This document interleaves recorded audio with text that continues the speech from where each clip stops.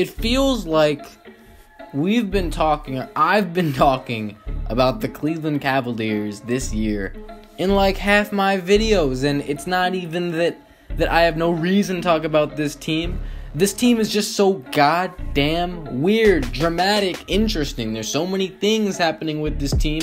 They just their performances just fluctuate. It's like you feel like they're doing really good all of a sudden. They had that huge win streak a few months ago. We thought they were going to be that real powerhouse team in the East, and then falling off a cliff. The guys start playing like crap. Isaiah Thomas comes back, does not help one bit, and then they just chalk away 6 players, some significant players in there. IT, Jay Crowder, Derrick Rose, Dwayne Wade, guys that, as a whole, with those 6 players, they were kind of, leaving an identity in the past. And maybe that identity isn't such a great one. And I think we can all agree that making that trade, it really helped the character of the Cleveland Cavaliers because they got younger, they got more athletic. They lost a lot of big egos. They got better defensively. And they got better when it comes to shooting as well. They got better in a lot of ways. They lost a star or a potential star. We went into the season thinking, man, this team, they've got 3 stars. They got enough.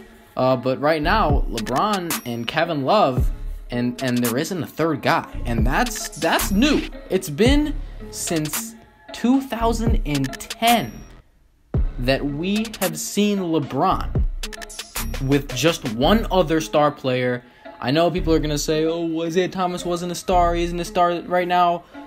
We thought he was going to be a star. We looked at it like they got a big 3 with LeBron, Isaiah, and Kevin Love.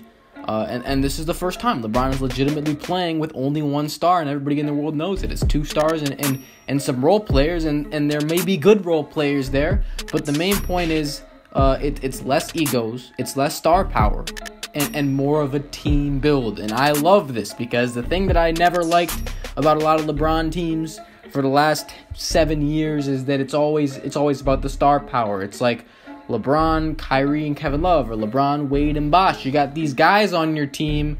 It's so many stars. I like to see teams with a lot of role players playing together. You get a team that plays as a team and doesn't use ISO basketball, doesn't abuse their players as much. If they have multiple stars, this team with LeBron, Love, and these role players, at least in their first game, they played really well as a unit without even knowing how to play as a unit because they hadn't really gotten to know how to play with each other yet. I think it's a great thing, and I think it's going to make this team a lot more fun to watch. I think they enjoy playing together more, at least from what I saw. They had their best win possibly all season yesterday against the Boston Celtics.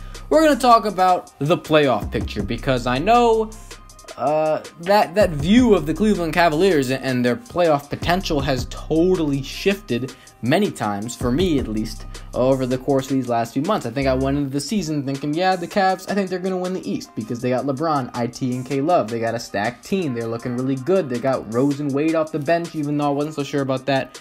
I just knew, they had Jay Crowder too. It looked like they had easily the most stacked team in the East, but then shit just doesn't work out.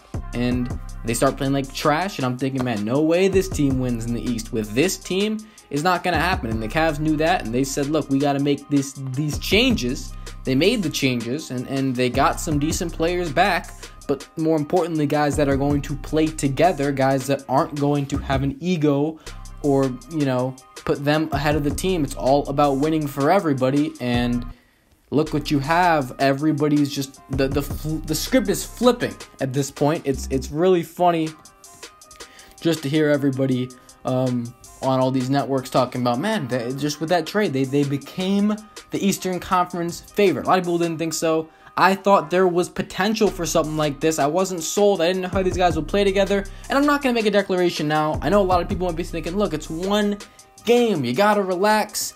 Even though they did beat one of the best teams in the East, the number 1 defense in the league, by a lot of points, we can't ignore the fact that it's one game. And if they lose the next 4, nobody's going to care about that one game. So we really can't jump to that big of conclusions because of the game. We can look at, the trade and say, look, I think this trade will work out in the end, and it might be smooth sailing for them. You could say that.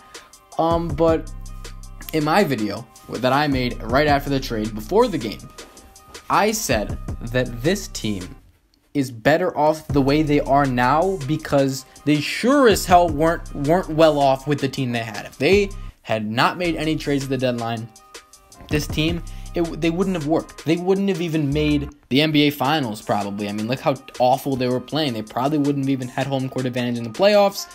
They were bad. They looked bad. They didn't play together well. It was a broken team, and it was just a matter of time before they made changes.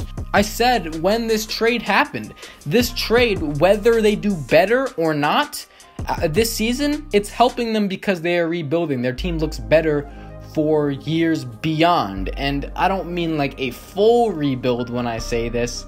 I just mean they're looking at the future. They're looking to perfect their team in case LeBron James leaves. And to be honest, not only did they do that, but I think they made a better team for LeBron. I think he plays better with the guys. I always thought George Hill is like the perfect point guard to play with LeBron James. He's not ball dominant. He's a good three-point shooter. He's a good defensive player.